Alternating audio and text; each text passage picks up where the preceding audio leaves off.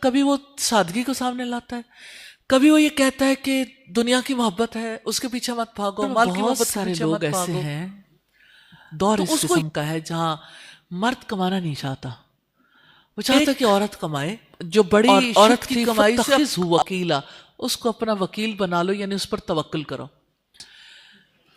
اس کے درمیان ایک سوال ہے، میں لے ایمان لیتی ہوں استاذہ.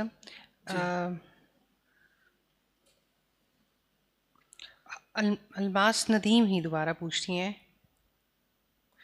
کیا دنیا کے خواب دیکھنا غلط ہے؟ یہ سوال کافی آتا ہے، اس لیے مجھے ایسا لگتا ہے یہ انٹرٹین ہو جانا چاہیے. مطلب کہ I want to become an entrepreneur, تو کیا یہ سوچنا غلط ہے؟ کیا ہمارا یہ سوچنا غلط ہے کہ ہم کسی کے لیے اگزامپل بنیں؟ یہ معصومانہ سا سوال ہے، کافی دفعہ آتا ہے انٹرنیٹ پہ، تو آئی تھاٹ کہ اچھا پوچھ ٹھیک لینا ہو گیا. چاہیے. بات یہ ہے کہ ایک چھوٹا سا واقعہ آپ کے سامنے رکھتی ہوں. کسی نے مجھ سے کہا کہ میرے شوہر مجھے کہتے ہیں کہ اللہ کے رسول نے بڑی سادہ زندگی گزاری تھی اور میں دنیا میں گھر نہیں بنانا چاہتا، جنت میں گھر بنانا چاہتا ہوں. تو خاتون نے کہا کہ میرے ہسبینڈ کمانا نہیں چاہتے اور ان کے اعمال بھی کوئی ایسے نہیں ہے کہ وہ جنت کمانا چاہتے ہوں. یعنی عام جیسے کوئی ہمارے لوگ ہوتے ہیں، نماز وغیرہ پڑھ لی، تھوڑا سا دعا ذکر وغیرہ کر لیا، وہ تو ہے، لیکن ایک ہوتا ہے نا کہ جنت جانے کا جس کو شوق ہے اس کے لیے پھر وہ آگے بڑھ کے بہت ایفرٹ کرتا ہے. تو ایسی کوئی سٹرگل نہیں ہے. کہتے ہیں کہ مجھے یہ محسوس ہوتا ہے کہ یہ نا یعنی کمانے سے بھاگنا چاہتے ہیں، جس کی وجہ سے یہ سادگی کی تلقین کرتے ہیں. تو میں کیا کروں؟ مجھے کیا کرنا چاہیے؟ کہ میرے ہسبینڈ کہتے ہیں یہ جو تمہارا گولڈ ہے تو یہ تو جائز ہی نہیں ہے، اور یہ ہے کہ شوہر کی ذمہ داری نہیں ہے کہ وہ بیوی کا علاج کروائے، یہ تو اس کے گھر والے کروائیں گے. اور کہتی ہیں کہ میں بیمار ہو جاؤں مجھے دوا تک نہیں لکھے دیتے، اور میرے بچوں کا خرچ نہیں اٹھاتے، اور مجھے کسی بھی اعتبار سے ہیلپ کرنے کے لیے تیار نہیں ہے. تو آپ یہ بتائیے کہ کیا اسلام کیا کہتا ہے کہ یعنی راہبانہ زندگی گزاریں؟ سادگی سی کو کہتے ہیں کہ کوئی کمانا چھوڑ دے. میں نے یہ مثال اس لیے آپ کے سامنے رکھی ہے کہ آج کے دور میں بہت سارے لوگ ایسے ہیں، دور اس قسم کا ہے جہاں مرد کمانا نہیں چاہتا، وہ چاہتا ہے کہ عورت کمائے، اور عورت کی کمائی سے اگر بے شمار غریب طبقے میں ایسے افراد ہیں جہاں پہ مرد نہیں کماتے، صرف عورتیں کماتی ہیں اور مرد جو ہے سارا دن گھر رہتے ہیں. تو آپ سوچیں کہ یہ بیماری بڑھتے بڑھتے کہاں تک جا پہنچی ہے. تو جس سوسائٹی میں مرد ذمہ داری نہیں لینا چاہتا، کبھی وہ سادگی کو سامنے لاتا ہے، کبھی وہ یہ کہتا ہے کہ دنیا کی محبت ہے اس کے پیچھے مت بھاگو، مال کی محبت کے پیچھے مت بھاگو. تو اس کو یہ یاد نہیں آتا کہ اللہ کے رسول بھی تجارت کرتے تھے اور اللہ کے سارے نبی کوئی نہ کوئی کام کرتے تھے. رسول اللہ نے فرمایا الکاسب حبیب اللہ، ہنرمند تو اللہ کا دوست ہے.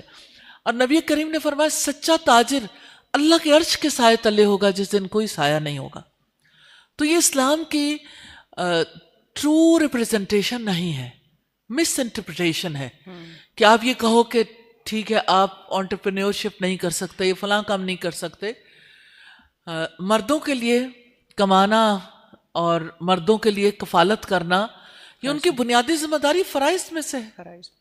تو فرائض کو کوئی ادا نہیں کرے گا تو جنت کیسے جائے گا؟ اور خواتین اس کو یہ تو یاد دیکھیں، اگر کوئی مرد یہ کہتا ہو تو اسے یہ یاد رہتا ہے کہ یعنی ہر طریقے سے وہ کمانے سے بچنا چاہتا ہے، لیکن دوسری طرف وہ عورت کو یہ کہتا ہے کہ یعنی تمہارے یہ بھی فرائض ہیں، یہ بھی ہیں، یہ بھی ہیں.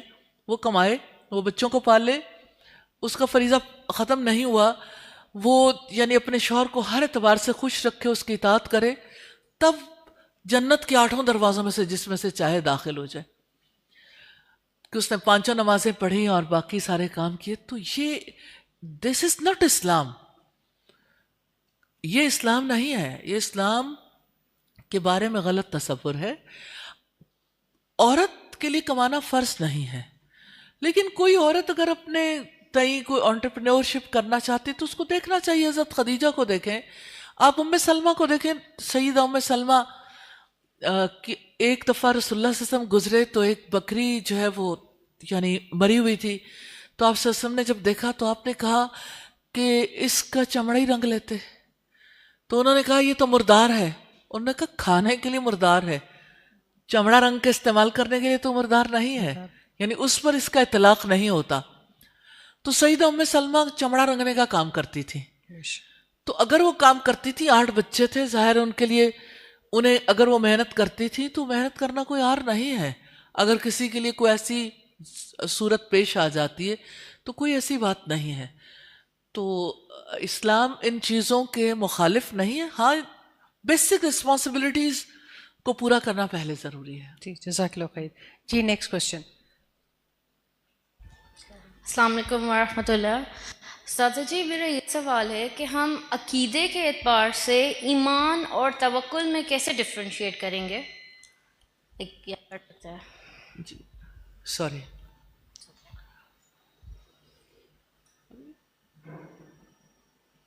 جی آپ نے کہا ایمان اور توکل. اگر سادہ سے لفظوں میں آپ پوچھیں گے تو اس طرح سے ہے کہ ایمان کی وجہ سے انسان توکل کرنے کے قابل ہوتا ہے، اور ایمان کا تقاضا ہے توکل. توکل کا مطلب ہے اپنے معاملات کو اللہ سبحانہ تعالیٰ کے سپرد کرنا. ایمان کا تقاضا ہے توکل، دل کی عبادت ہے، اور توکل کے بغیر انسان کا ایمان کمپلیٹ نہیں ہوتا. اور اللہ کے رسول صلی اللہ علیہ وسلم کو ابتدائی طور پر جو ہدایات دی گئی تھی سورہ المزمل میں، ان میں ایک جو بڑی شک تھی فَاتَّخِذْهُ وَكِيلًا، اس کو اپنا وکیل بنا لو، یعنی اس پر توکل کرو. تو ایمان اور توکل دونوں کچولی دامن کا ساتھ ہے، یعنی الگ الگ چیزیں نہیں ہیں. ایمان کا تقاضا توکل ہے، توکل ایمان کا نتیجہ ہے، ایمان کے ساتھ اس کا گہرا تعلق ہے. تو جیسے قرآن حکیم میں آتا ہے نا، جو اللہ پر توکل کرتا ہے وہی ایمان رکھتا ہے. تو اللہ پر توکل کرنے والے ہی اصل میں ایمان والے ہیں. توکل ایمان کا تقاضا ہے. جزاک اللہ خیر. جی ایک جو سورۃ توبہ کی آیت ہے نا، وہ اس کو بہت گہرے طریقے سے واضح کرتی ہے. حسبی اللہ لا الہ الا ہو علیہ توکلت وہو رب العرش العظیم.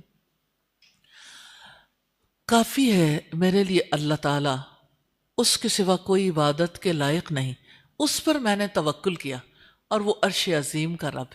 اس سے ایمان اور توکل کا جو ریلیشن شپ ہے وہ سامنے آتا ہے. جی